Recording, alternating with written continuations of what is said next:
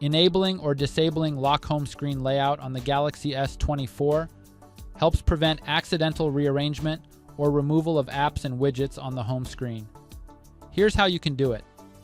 First, tap the home button to return to the home screen. From the home screen, swipe down from the top to open the notification panel and tap the settings icon.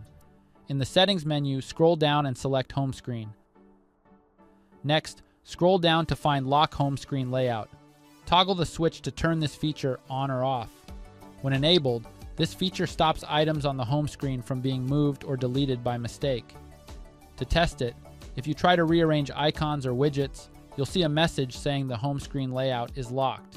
You can unlock it anytime by going back into the settings and turning off this option.